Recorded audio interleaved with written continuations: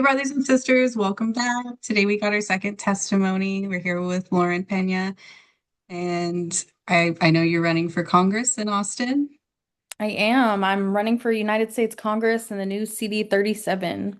Awesome. So, getting into the questions here, can you tell us a little bit about who you are today?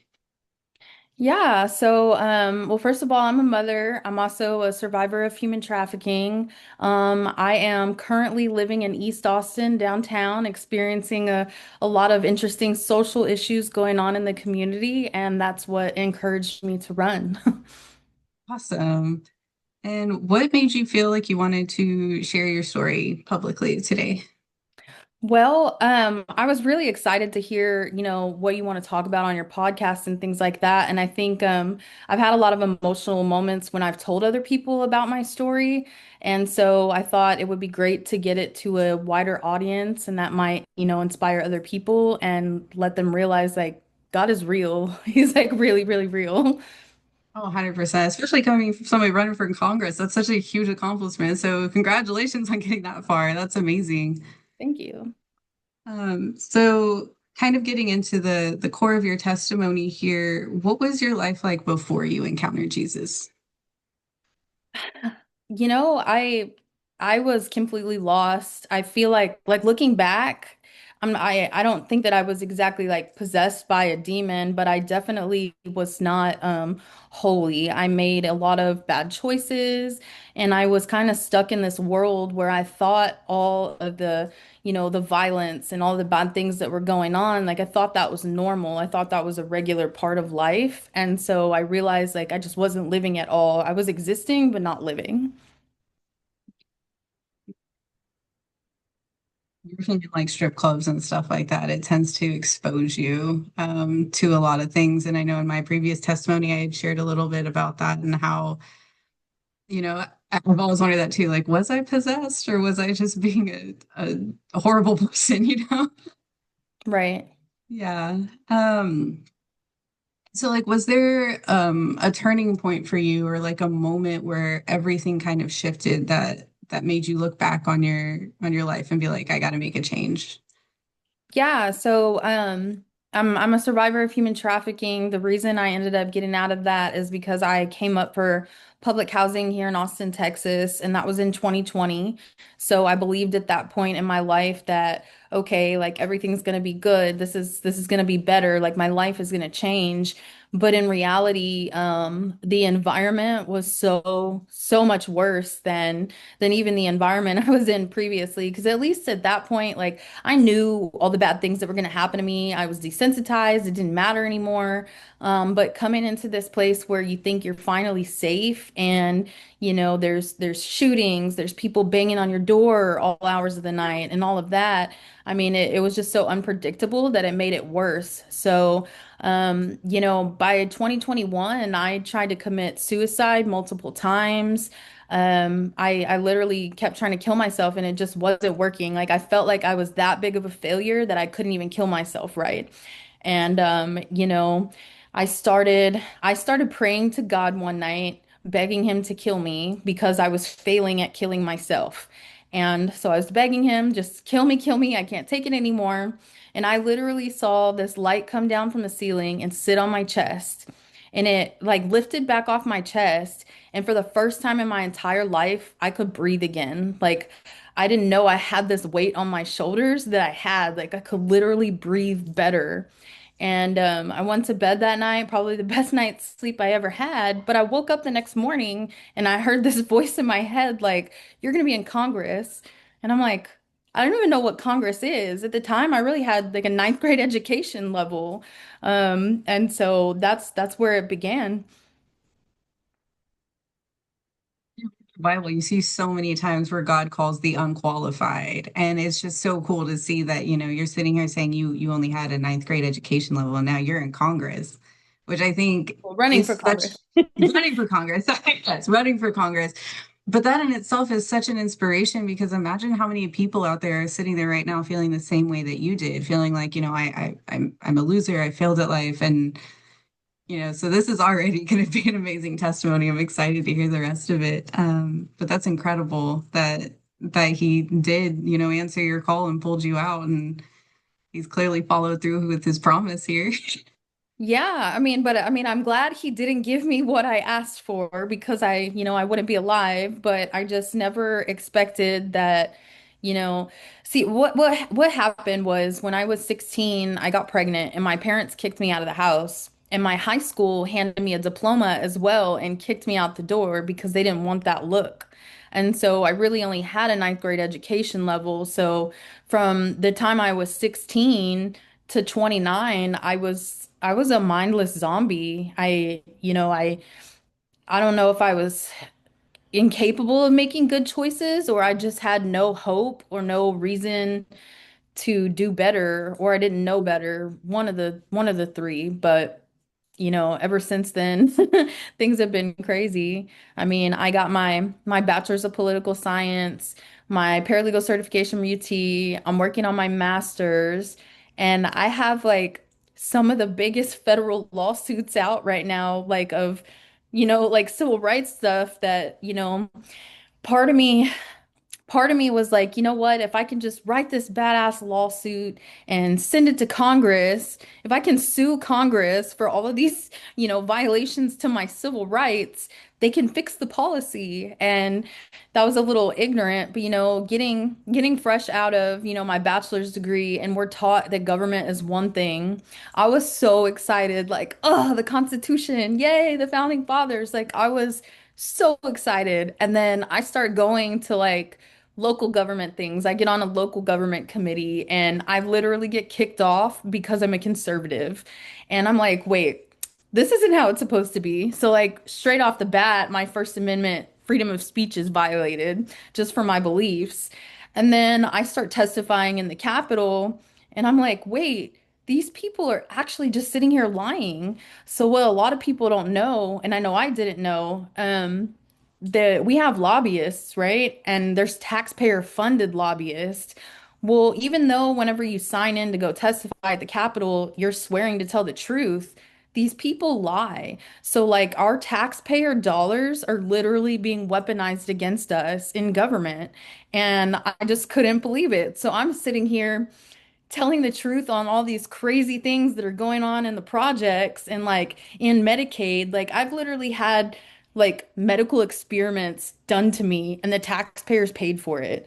Like it's insane. And so like I go up there and I just start saying all of these not they're not really crazy because they're real, but I'm saying all these crazy things and people are just like, "Oh my gosh." Like and you know, a lot of people are like, why do you think Trump cares about someone like you, being in poverty and things like that? And I'm like, dude, look at the stuff that he's doing.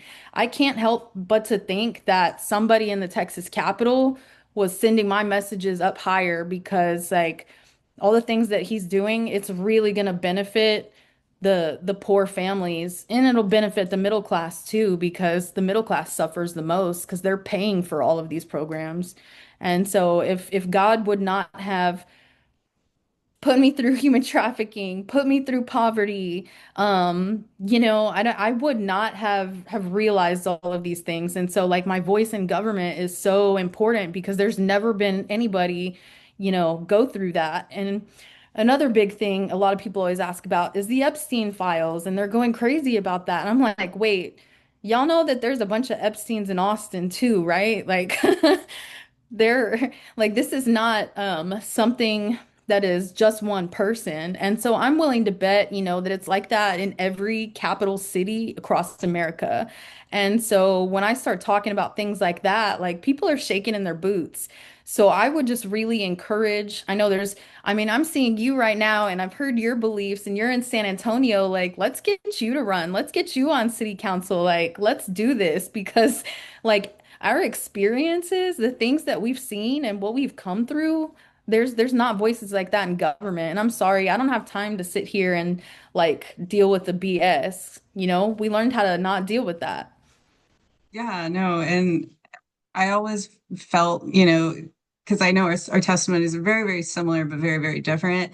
But I always feel like whatever struggles it is that you went through in earlier life, somehow that has to do with your purpose. And it's really cool to see that God has used, you for all your struggles, and now you're sitting here being an advocate for those who are, not quite where you are yet, or they're still on their journey, on their come up, working on themselves. And so it's amazing to hear that. And no, I agree. I feel like I can go on and on about the problems within, policy and law and all that. I'm not educated on it. It's so hard for me to like wrap my head around certain things, even when I'm like reading basic laws and policies. I'm like, what do these words mean? I don't know what I'm reading here. I would love to run, but I don't know if I can handle that. I think you could. Do my Yeah. best. I still get angry. Yeah, but that's what we need. We don't need like everybody's a yes man now. Like no more yes mans. Like and I keep getting called all these crazy things online. My religion is being attacked very much today in this country. I mean, I'm a Christian. And there's this whole thing about separation in church and state. And what people don't realize is that our Constitution was designed for a morally good man and so like if we take God out of the Constitution, it's not gonna work. And so, being attacked for my religion is pretty crazy. I try to not believe what they're saying, like over, across seas that people are getting murdered for being Christians and things like that. But I mean, if you go on my TikTok and you scroll on this one post, like it's one thing after another, how, you know, we're the enemy. And I mean I don't think that anybody else's religion is necessarily wrong in my perspective. Like if you believe in God, you believe in God, and so whatever denomination you are, I'm gonna respect that. Now I believe in Jesus, and that might be different than what your God is, but as long as you're believing in a God, I think that's better than not. But unfortunately, I think a lot of people are worshiping the devil and they don't realize it.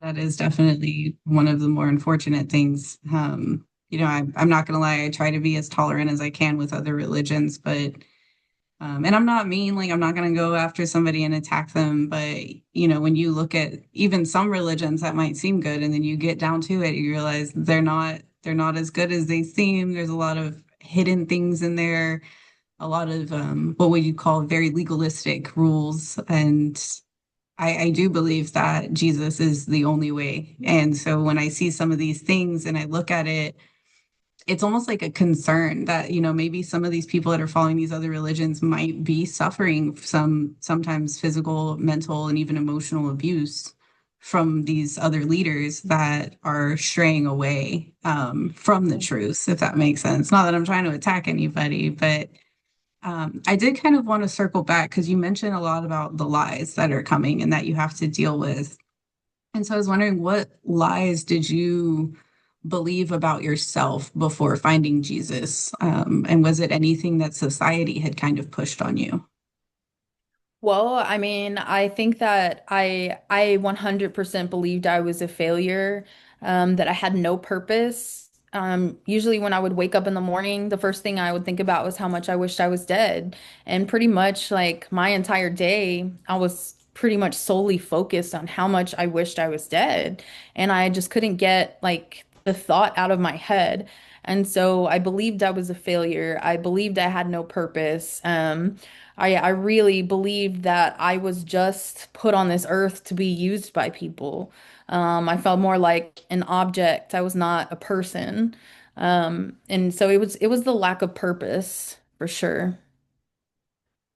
This is huge. I think that's something that, coming from a mental health field side, I think that's something that a lot of people are not taught. It's not something that you really can teach because you kind of have to find it on your own. But I've noticed that there's a lot of people out here who don't feel like they have a purpose. And then when you look at the mental health implications from it, kind of like you had mentioned with having those suicidal thoughts, like that is for lack of better words, a repercussion of that. And so I'm so glad that you were able to find yours. And do you have anything that you would tell somebody who maybe is in the same position you were at that night that you reached out and prayed to God when you just felt completely alone? I'm gonna say something like really crazy right now, but like I used to struggle with like cutting myself and things like that. And like right before it happened, I was trying to cut myself. And, you know, self-harm was a big part of my life actually. And so I want people to know that that's not the right answer because now like look at me, I'm trying to run for office and I have like cut marks on my arm. But I also want to shed light because this goes into like social media and the media and things like that. Like if I would have never been watching TV at 11 years old and saw someone do that, I would have not probably thought to do that. And so it really bothers me this whole social media thing where and you even hear it on like Roblox or all those other things that people are being encouraged to do those things. Um, just try praying. Like literally just try praying because I'm not going to say I'm a good, perfect Christian, right? Because I do need to pray more. I do need to read the Bible more. But there's been two times in my life, twice, that I broke down, almost lost my shit. And then I prayed and something immediately happened. So it was that night when I was, begging God to kill me. But the second time this happened, this is pretty odd too, because this was about like a year and a half ago, maybe 2 years ago. Have you ever heard of InfoWars and like Alex Jones? Gay frog guy. Yeah. That's him. So, like, this is right. I started watching Alex Jones around the same time, right? But he says a lot of extreme things, right? And, he's predicting things that are going to happen in the future. He's saying this, that, and the other is going on behind us. Well, I can't remember exactly what it was that he was talking about, but I went back into my back room, and I opened the window and I literally just start bawling my eyes out, and I'm like, God. Is he telling the truth? Is this something I'm supposed to be listening to? Like, is this real? Is this really going on in our country right now? And I'm literally bawling on my knees. Like, and the craziest thing happened. I got up, I went back to my room. Of course, I was watching InfoWars when it happened. Do you know that when I went back in that room, he started praying live on on the show. And I was like, "Are you kidding me?" So God gave that sign because I'm literally asking like, is this real? Is this really happening in our country? And then I go back in to him praying. And that was the first time I saw him pray live on air. And I don't think he does it that much, but like I just couldn't believe it. And so I guess that would really be my thing. Stop watching things that are bad for you, like self-harm. We need to figure out how to get all of that stuff away because that is not the answer. And just actually pray, like because it really works. Oh yeah. No, and I would even argue to say that not just the what's on TV, but even just, for example, I have a niece and I remember this was years ago when she was in high school and she was talking about how all of her friends have a mental health disorder and it was almost like, when you're a little kid and you're watching a show and you're like, I want to be that one, I want to be this one. And then you like kind of act out the movie based on the character you chose. It's almost like that's what they're doing with mental health. And she was like, oh, yeah, I have this friend and he has multiple personality disorder. I'm like, first of all, that's not the name, but okay. And then she's like, yeah, sometimes he's a frog and sometimes he's a this. And I'm like, this is not like, this is real stuff. And I kind of had to tell her, I'm like, listen, if your friend does have that, there may or may not need to be a CPS call because that comes from severe childhood trauma. Like Right. that's not just something that you're born with and you're like, oh, look, I have all these personalities. Like there's severe trauma that goes on behind that, which is why it happens because it's a protective measure. And it's just interesting to see how not only things like self-harm, but even severe mental illnesses are being glorified and almost like it's something that you would want. And it's like, stop that. Like, stop it. You're absolutely right. And I have noticed that there's like this culture of like mental health and my opinion is that it's obviously being pushed by the big pharmaceutical companies because who benefits from these mental health diagnoses? And like I'm a conservative running for Congress. Obviously, suffering under a lot of these liberal policies, I'm a big proponent to the opponent to some of these things. But, we have like the government being shut down right now. The government being shut down right now, the number one reason is because of healthcare funding. Okay. And so I just feel like all this is correlated because they want all this funding for more, mental health services, and there's being a push for children to be groomed that they have a mental illness, and I I just don't understand it. A lot of times they mean well with it and they want to help, but then it's like it's that overcorrection and it's like now you're too far to the other side. It's like you pushed it way too far. And unfortunately, I see that in politics a lot where it's one side's trying to do one thing, the other side's trying to go the other way. And I'm like, let's be the middle, guys. Let's talk about Yeah. it. Well, when you were going to school, did they say anything about like the transgender stuff and like, gender dysphoria or all of that? Like, was that stuff you guys were taught? We did not learn about, actually, if I'm being completely honest, I'm going to throw that school under the bus right now. We didn't learn anything really helpful. I mean, I learned how to like talk to people and motivational interviewing and stuff, but a majority of what went on in the classroom, actually, I'll make this quick. I had a bully. I hate using that word, but this bully was a transgender individual. And at no point that I'm aware of did I say anything directly to this individual because you have a right to live your life how you want to. I don't care what you do with it. It's not my business. But I know that I had been very open about being Christian, which I guess stuck a target on my back. And not only myself, but there was one other Christian in this cohort with me. And both me and the other Christian gentleman were constantly being verbally attacked and nothing was done. I had gone to the school multiple times to tell them about what was going on because I mean, it was like 5 o'clock in the morning. I was getting angry messages on our GroupMe app, like not to sound vulgar, but like I hadn't even taken my morning restroom break yet, and I'm already getting all of these messages. And it started off with this person calling me out in the group chat and then sending screenshots because I removed myself from the group after some other things happened.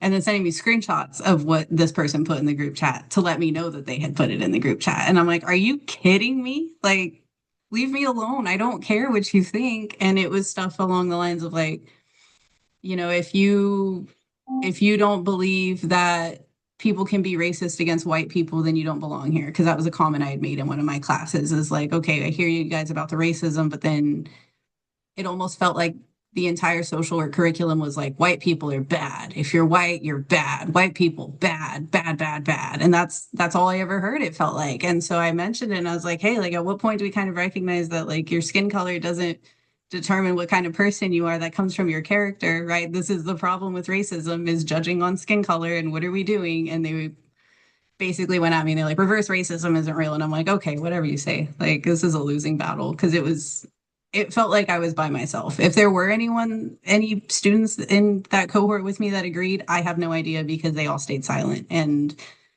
I will mistake silence for agreement if you just sit there and stay quiet. Wow. How long ago was this? 2023 to 2025. Like, I just left that school in May. Well, we're gonna have to talk after this because there's some federal laws that are being violated there, I believe. So Fun fact, this individual didn't graduate with us. It wasn't until the very last semester. I don't know what happened. I just know that I didn't see this person back in class again. And for the first time, you can see that people in class started talking to each other again. People started like getting along. But this one individual was literally the problem of the whole cohort. Everyone was walking on eggshells. Everyone was uncomfortable.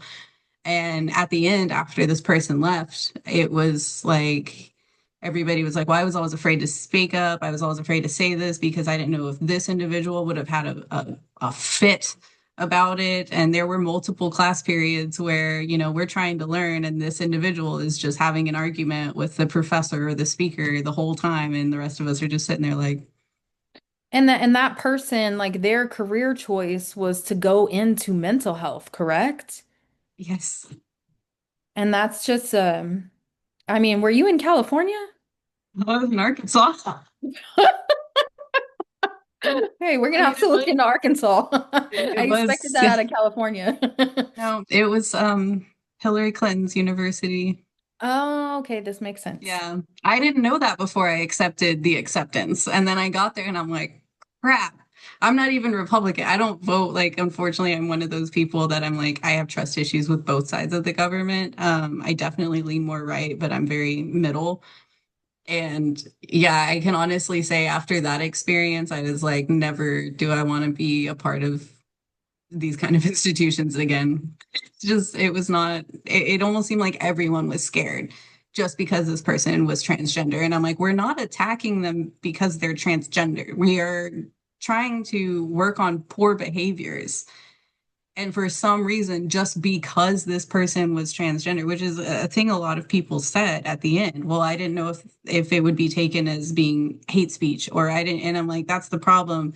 Just because you fall into a certain type of minority doesn't mean you get to act however you want to act. You still need to respect people, and that seemed to be missed throughout the whole program. Right. And you know, that's actually fair for what's going on in Austin with the homeless population and any other major city. It's like we're making excuses for certain groups of people instead of holding them to the same standard. And I think that that needs to change. Yeah. No, I agree. Because I mean, I know life's not fair, but also like don't intentionally make things unfair. Right. There's some things we can't make fair in life, and I get that. We can't all stop everyone from getting diseases like cancer. We can't like prevent, but you can prevent certain things. So let's work on those. Yeah. Um, Sorry, I didn't mean to go off on a No, it's tangent. okay. I do that. So So the next question that I had here was there ever a specific scripture, person, or moment that helped you during those moments of surrender that you were kind of talking about when you were praying to God? so this is kind of weird too, something weird that I do. I don't read the Bible like from front to back or like go and read a chapter. Whenever I'm feeling a certain type of way, I kind of just like open it up and start like reading something. And I always feel like when I do that, whatever scripture like I end up going to, it's just relating to me at the time. And I've also noticed like depending on my mindset, whenever I'm like reading the Bible and things like that, it's like it almost says different things. Like it means something different depending on my mindset. And so I think like the more I read it, it's almost like I don't know, there's there's different versions depending on like how you interpret it. And literally my mindset will depend on how I interpret it. So I think like there's a lot of lessons that can be learned in the Bible, but the more you read it, like it changes your perspective over and over again. Think one of the coolest things was when I did, because I would read the Bible like that all the time too. I'd just open up like, what do you got for me today? And then I'd go back and read, like I'd Google the context so I knew what I was reading. Um, but when I really started getting into like actually doing Bible studies and really diving into the Bible, I realized that a lot of the stories do have multiple meanings. And a lot of them are repeated. They say history repeats itself. The Bible does too. It just looks different and in different contexts. And it's super cool to see that. And that's why I'm like, I wish people would understand that the Bible is not just this big, boring book of rules that they seem to think it is. Like it's almost like a riddle. And when you Mhm. start learning these hidden meanings, it's like mind blown. Right. Like I don't know, it's magical. Definitely. So talking about now, I know that it sounds like a lot of what you're doing running for Congress is part of this healing, but is there anything else that you do to heal what you had gone through, especially with, the human trafficking experiences? Yeah, so I have PTSD and I used to have really bad depression, like I mentioned. But when I pulled my kids out of public school and I began homeschooling my kids, like that's what's really changed like that and the moment I had like my coming to Jesus moment, and I think they're both kind of connected as well. Those two things are what changed my life for me, but just finding the responsibility of being a mother full time and having that freedom to go and take my children to a museum for the day, the park for the day, or even like when I'm up in the Capitol, like I get to bring my kids with me. And so like I'm doing all of these cool things with my career, but it's not just like my career, it's a whole family effort and they're all involved. And like my my biggest flaw right now, I have terrible grammar. And I there's probably nobody worse at grammar than me, but like my 13-year-old, she's my grammar person. So if I'm gonna like send something important, like I can just hand the document to her and she can, check it for that. And then my son, he's 7, he's never been to public school. And I really can see like the purity in his heart, like how close to God he really is. Because when I'm faced with like moral decisions or like certain laws that I don't like I'm trying to see that what's wrong and right and things like that because I like to study like the history of civilizations and things like that too. Like I can talk to my son who's 7 about some of these moral issues and it's like almost God downloading a message to him because like his responses to things are just so pure and like he knows I guess better than me what's right and wrong, like what's good and bad. And it's the creepiest thing, but it's the coolest thing. Like and I don't believe that if he went to public school, he would be that way, but he's the only one of my kids that's never been. And so, like, it's just been, in our family, and then him going up to the Capitol and seeing things like that. And then my 11-year-old, she is me. She's me. She's a little me. And so, on the topic of mental health that we were talking about, when I got in like trouble as a kid, my parents' solution to that was to like lock me in a mental hospital. Like, so if I would backtalk them, then they would literally go and lock me up for a couple weeks in a mental health institution. Like they were not I don't know. I had a stepdad and we didn't get along. So if we had an argument, I was going away, right? And that was the solution to everything. And so now, like with my daughter, I can see some of her behaviors, like certain attitudes that are like exactly like I know what she's thinking and what she's feeling. And so I know how to appropriately react to her versus putting her on medication and things like that. And so I can't stress any like more how much homeschooling my children has changed my life. And I really encourage people to try that because they're not teaching God in school. They're not I mean, geez, I don't know if they even have to do the Pledge of Allegiance anymore or anything like that. Like, but our children are our future, and so we have to keep as much God in them as we can. Like, did God connect you to your purpose of, being running for Congress, but also your purpose of being a mom and like guiding your children? And then not only are you, diving into that, but you're also seeing the fruits of it. Like you said, like your son, right? Very pure heart, very pure spirit. And um, I do know that God has favoritism for children. It's all throughout the Bible. So if I ever hear a kid talk about God, I'm like, I'm listening. Like I'm listening as if it was Jesus himself. Now, yet sometimes kids get a little crazy, but like I think you can tell when they're using their imagination versus when they're just spitting, and you're like, oh, okay, tell me Yeah, more. absolutely. And that's exactly what it's like Jesus himself speaking. And it's crazy. Yeah, no, I love that. So are there, kind of wrapping up here, are there any like scriptures or truths that kind of help you stay grounded today and kind of keep you focused on the path that you're going in? I have to be honest, I don't remember things word by word and things like that as far as the Bible. But I mean, Esther, the woman by the well, like I feel like, that was me standing by the well. Wasn't that Esther, right? And Esther was the queen that saved the Jews. oh, okay, no, not that one. The woman by the well. The woman by the well sitting there by herself because she was like an outcast, and then she ended up going into the city and bringing everybody out to like follow Jesus and things like that, or just telling everybody about Jesus. I'm like, I kind of feel like that because especially, going through human trafficking and things like that, like I was the outcast. I am like the woman by the well, and even now, like a lot of people on my team, like I don't even let them be the face of my team because I'm facing so much like ridicule and pushback from the other side for telling the truth. And I don't want them to be targeted by that.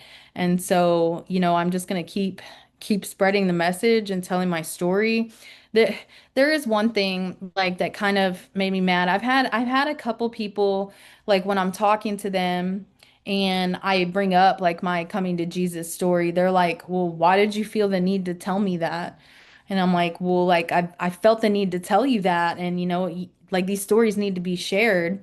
And they almost are like they frown upon you for having like those kind of moments, and I'm like I don't really understand that, and so it makes me want to push this message out more because I think the more people hear it, the more people hear everybody's stories. And that's why I love so much that you're doing this podcast because it's so important for you to get other believers on here and to spread the word because we cannot silence Jesus because once he's gone, like this would be hell on earth.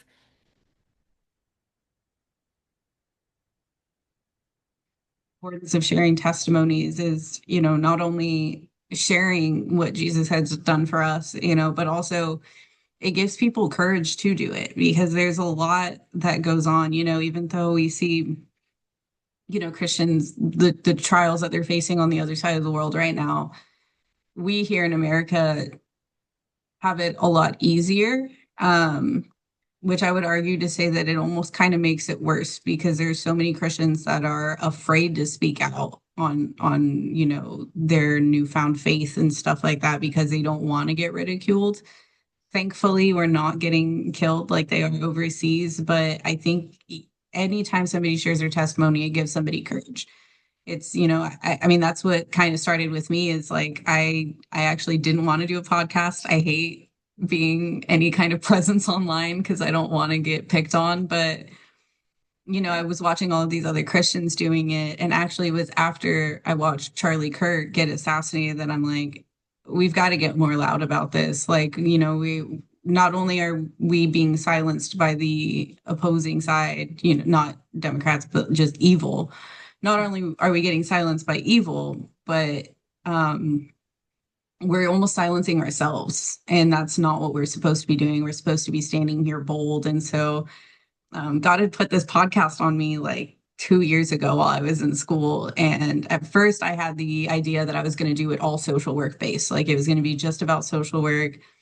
But God was like, no, no, no, no, no, that's not what I said. And so it was after I moved back to Texas. And like I said, I came home, I was at work, I came home, sat on the couch, turned on, the TV, and I saw that Charlie Kirk was assassinated. And I wasn't a fan per se. Like I wasn't watching his stuff all the time, but I wasn't against him either. It was more of like he's in politics and I'm kind of tired of politics all the time. So, but it was like something punched me in the gut seeing that and it felt weird and I was like, why do I care? Like I, not being insensitive, but celebrities die every day. Like this isn't new. Why do I feel so emotional about it? And then I started seeing other people online talking about it, and then people bringing it together and saying, like, he was a martyr for the faith, and that's why you feel this way. And so that was when kind of me being like, you know what, I need to step up now. I need to stop being scared. It was kind of just that moment of like, we can't be quiet. And, because like I said, even going through my master's program with this other individual coming at me, like I didn't really stand up for myself. I was almost afraid too, like everybody else was, because I'm like, well, this person's transgender. And even though this person is attacking my faith and saying very hateful, disgusting things about my faith, I didn't even know how to politely stand up and be like, that's enough.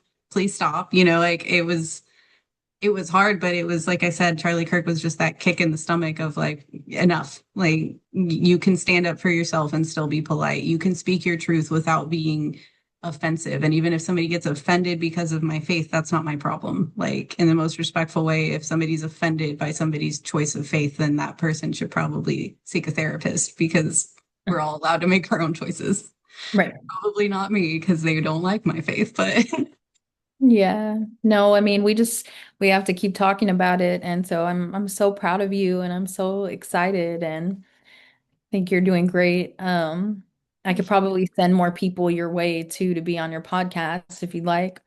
yeah, definitely. No, and I would love to have another episode too where we kind of talk about things and not only what's going on in politic world because I need to be educated on that, but also what it looks like when you combine social work with politics and how that can help with Jesus as the foundation, of course.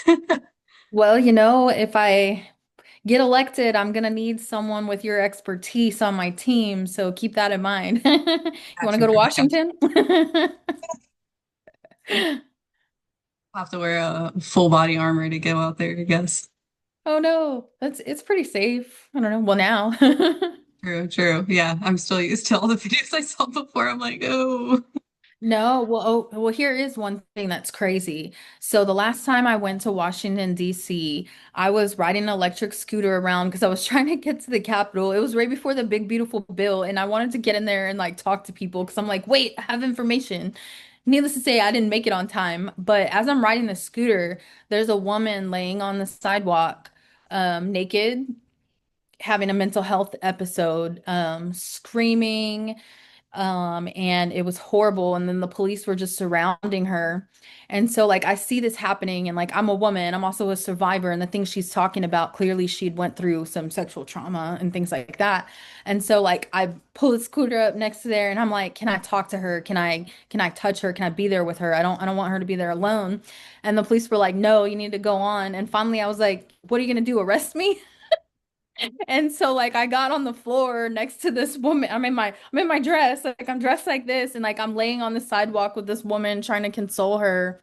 And it was just so heartbreaking. Like, and I just can't imagine, having that mental health episode and then having these police officers, men surrounding you and I mean, it was really heartbreaking. But that was the last time I was in Washington, D.C. So that was I don't know, a few months ago. It was before Trump sent the National Guard, but I mean, things like that are happening all the time. And so how can we help those people? And at the same time, like jail's not the answer. Like we need the institutions to help because that's just deeply rooted, you know, distress.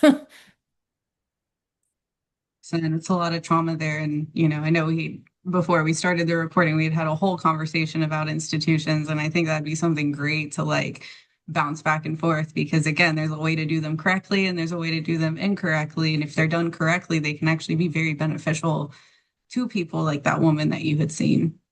Right, but here's where the pushback's going to be because there is a whole homeless industrial complex in the cities, and basically it's like the nonprofits taking federal funds to help the homeless, but really they're creating the problem to get the federal money.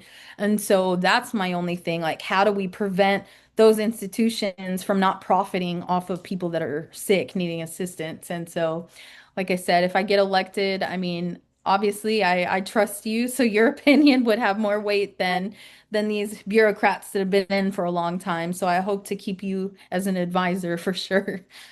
Definitely. I'm here anytime you got any questions or might need some suggestions. I would love to, see a lot of these problems resolved in an ethical way that actually help people as opposed to, either just locking them up or just pushing them out. Right. Very Right. good. Well, thank you so much for having me on. I appreciate it. Let me know when you want me to come back. I'm pretty busy, but I'm also pretty available at the same time, if that makes sense. Yeah, no, no, no. I can definitely work it out for sure. I'll definitely reach out to you and throw some ideas your way and see how you feel about it. Awesome. Well, I'll see you later. All right. Have a good one. Thank you so much. Bye. Bye-bye.